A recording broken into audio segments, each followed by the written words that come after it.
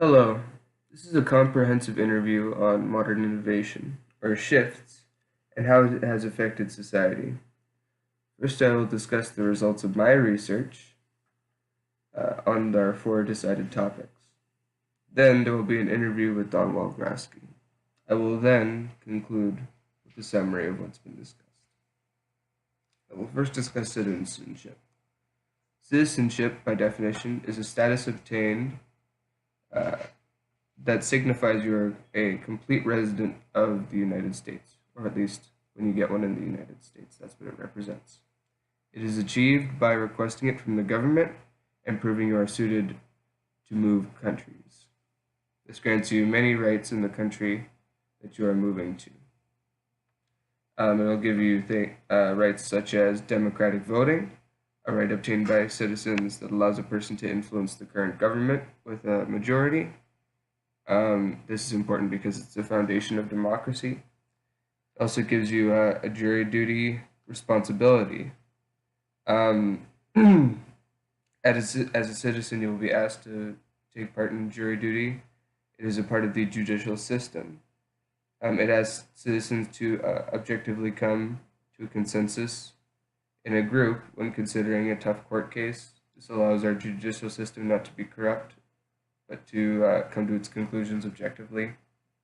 Another right that being a citizen gives you is being able to start a grassroots movement. This is a part of the law-making system. Citizens are allowed to petition and fight for changes in our current law system based on their beliefs. Many of these heavily impacted legislation in the 90s and early 2000s. Um, and yes, as mentioned before, it's only accessible by citizens. Next, we'll discuss NAFTA. NAFTA is the North American Trade Agreement. It is an agreement between Canada, Mexico, and the U.S. This agreement gets rid of a lot of tariffs. It allows for much cheaper transport of goods between the three countries of North America. Um, Next, I will discuss Amazon based on our research. Amazon is an online service where you can buy almost anything. It's founded by Jeff Bezos, and Amazon is a company that is operating nearly everywhere and has started has also started automated grocery stores even. It's been a big deal and has changed the way we look at shopping and obtaining products. But we'll talk about that a little bit in the interview. The last thing I'll discuss is 9/11. 9/11 was a series of attacks on American soil on September the 11th, 2001. These were done by an Islamic terrorist group named Al Qaeda. Not only was it a big deal in America, but it also affected the whole world because the U.S. is such an influential country. After this, the U.S. started its global war on terrorism. It was mostly an attempt to destroy Al Qaeda, but because these were it's a cellular terrorist organization, they had to go all over the world to do this. It also led to chasing down other terrorist organizations as well. Afghanistan was heavily involved in this because it was where most of the Al Qaeda cells were based, though there were more in other countries. This is a problem because they refused to allow the U.S. to come in and capture Osama bin Laden, the leader of Al Qaeda. So the U.S. Basically used the Patriot Act to just go in and take it for themselves. The Patriot Act was a law created, or an act, pardon me, created to allow the U.S. to allow itself basically to attack the threat of terrorism, no matter what the cost was. Basically, it was basically how the U.S. justified itself into going to another country that they weren't allowed to go into and fight for what they wanted. Let's move on to the interview. Here it is. Me and my father, Don Wologroski. Hello, this is Seth Wologroski interviewing his father, Don Wologroski. Dad, what is citizenship? Citizenship is in layman's terms, it's a person's association of a state or a nation. So yeah, that's it. I mean, it's basically if you are recognized as a member of that state or nation, then you have citizenship In a legal sense. in a legal sense. Yep. Do you know how to get citizenship in the U.S.? I know that you would have to apply for it. I know that you would have to go through some tests proving that you're worthy of it. I know that they would look into your background. I do not know the details of achieving citizenship in the U.S. Okay. What rights do you know the average American has? Freedom of speech is the obvious one. I believe people have the right to religion. I believe people have the right to congregate. I believe. I think that's most of it. Those are the rights I believe that you have. But Cool. no, hold up. According to the U.S. Citizenship and Immigration Services website, you have the right to express yourself, to worship. You have a right to a prompt, fair trial by jury. You have a right to vote in elections for public officials. What responsibilities do you know a citizen has in the United States? Off the top of my head, I would say you have the responsibility to pay taxes. I think you should. I believe you have the responsibility to serve on a jury. And I would assume that you have the responsibility of following laws. Right. Okay. Cool. Have you ever heard of NAFTA? Yes, I have heard of the North American Free Trade Agreement. Awesome. Do you know around when it was put in place? Oh my goodness, I think it was the late 80s, I believe. I would guess 1988, 89. Cool. And what significant effect, or what effects did you notice it had on your life?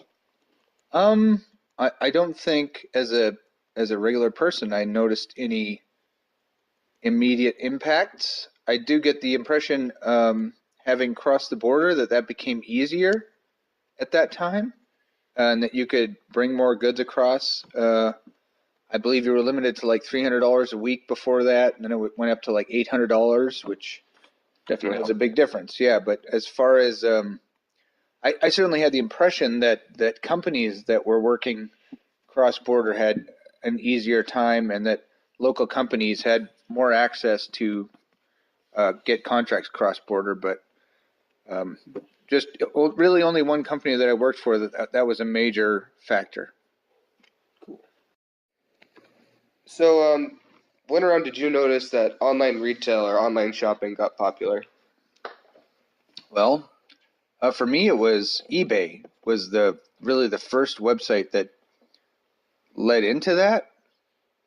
And for me, eBay was more popular for longer than stuff like Amazon started to really gain power.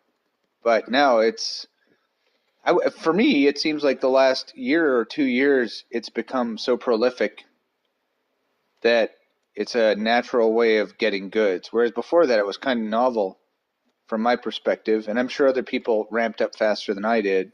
It probably depends on the part of the world you're in and the conventions of that region, but it seems like the de facto way to get something that's not groceries now, you would look on Amazon. Whereas before, you would certainly have to search local stores before the internet. You'd have to look for things, and you didn't even know they existed unless you saw them in a store. So it's definitely changed what you know is available and how you feel about buying it. So, where were you when 9/11 happened? I was actually in an office building in Canada, and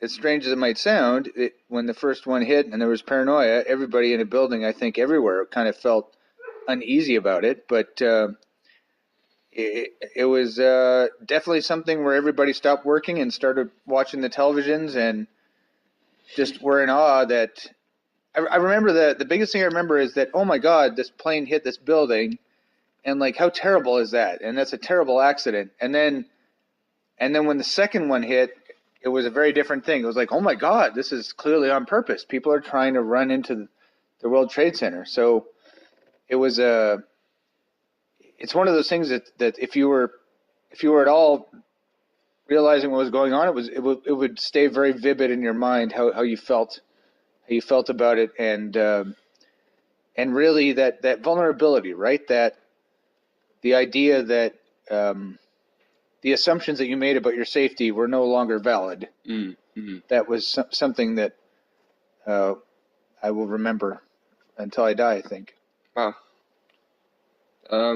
So obviously there was a lot of, like you mentioned, like fear and emotion going on there. It's very sad.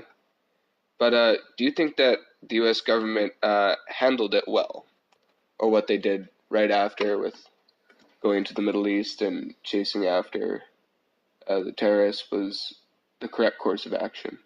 Wow, I honestly, I mean, that's a bigger question than I feel I'm qualified to answer.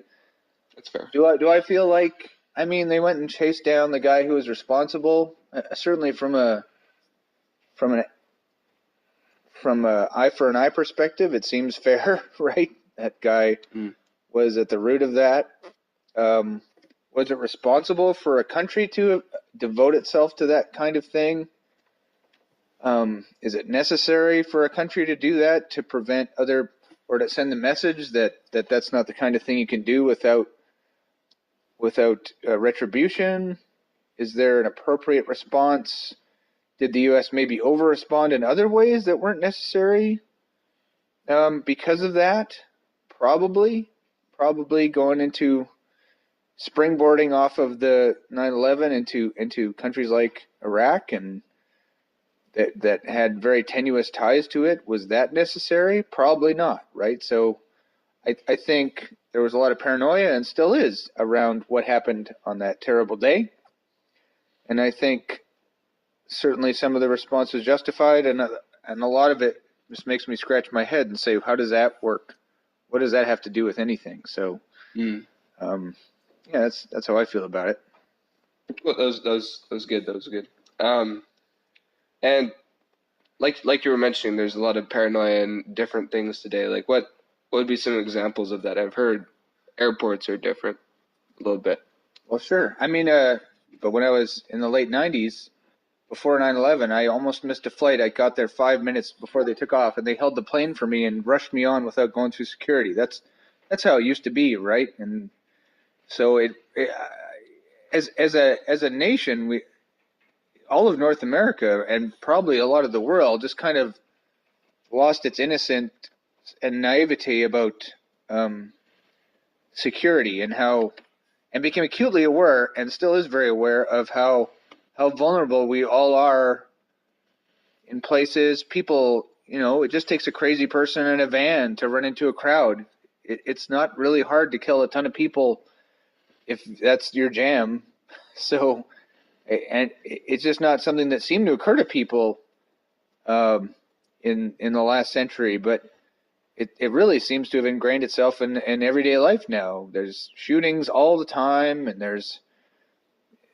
I don't know how that became something that became part of the public consciousness as an option to do if you're disgruntled, but somehow that's what happened, and it's so unfortunate. Mm-hmm. Well, thank you so much. These is actually great responses. I've interviewed a couple people before, and they haven't gone this in depth. So, thank you. Anytime, son. Thank you so much for listening. Just to recap, the four topics we discussed were citizenship, NAFTA, the online shopping sensation that is Amazon, and the terrible events of 9/11. Thank you so much.